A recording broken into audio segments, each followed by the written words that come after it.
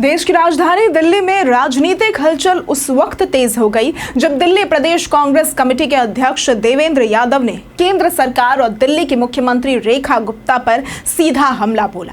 उन्होंने railway ticket किराया बढ़ोतरी और पुरानी दिल्ली रेलवे स्टेशन का नाम बदलने के प्रस्ताव को लेकर सरकार की मंशा पर सवाल खड़े कर दिए।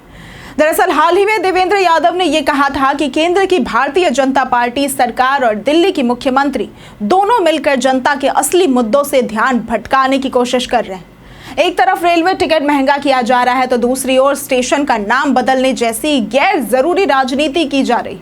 उन्होंने तीखा सवाल उठाते हुए कहा कि क्या स्टेशन का नाम बदल देने से रेलवे की सुविधाएं सुधर जाएंगी? क्या हादसों पर लगाम लगेगी? क्या सफर सुरक्षित हो जाएगा?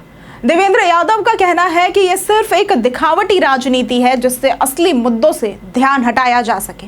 अब 1 जुलाई से रेलवे ने नई किराया नीति लागू कर दी है, जिसके तहत हर श्रेणी में टिकट महंगे कर दिए गए। एसी कोच में 1000 किलोमीटर सफर पर 20 रुपए की बढ़ोतरी, स्लीपर टिकट 10 रुपए महंगा, जनरल टिकट पर 5 से 15 रुपए तक का बोझ। देवेंद्र यादव ने कहा कि यह बढ़ोतरी सीधी गरीब और निम्न वर्ग की जेब पर हमला है। खासकर वो लोग जो रोजी रोटी के लिए सफर करते हैं वो सबसे ज्यादा प्रभावित होंगे। सरकार को इससे 92,820 करोड़ रुपए का अतिरिक्त राजस्व मिलने की उम्मीद है, लेकिन जनता की मुश्किलें कहीं ज्यादा बड़ी हो जाएंगी। कांग्रेस नेता ने कहा कि आज भी नई दिल्ली रेलवे स्टेशन जैसी प्रमुख जगहों पर यात्रियों की बुनियादी सुविधाएं नहीं मिलती। शौचालय गंदे हैं, वेटिंग रूम की हालत खराब है, प्लेटफॉर्म्स पर गंदगी फैली रहती है और सुरक्षा के नाम पर कोई भी पुख्ता व्यवस्था नहीं। रेल हादसे नहीं रुक रहे हैं, कभी कोच पटरी से उतरते हैं तो कभी आग लग जाती है। बावजूद इसके सरकार का सारा ध्यान नाम बदलने और किराया बढ़ाने पर केंद्रित है। देवेंद्र यादव ने कहा कि बिहार, यूपी और पूर्वी भारत से दिल्ली, मुंबई जैसे शहरों में काम करने आए गरीब प्रवासी श्रमिकों के लिए त्योहारी सीजन में ट्रेन से घर जाना किसी जंग से कम नहीं होता।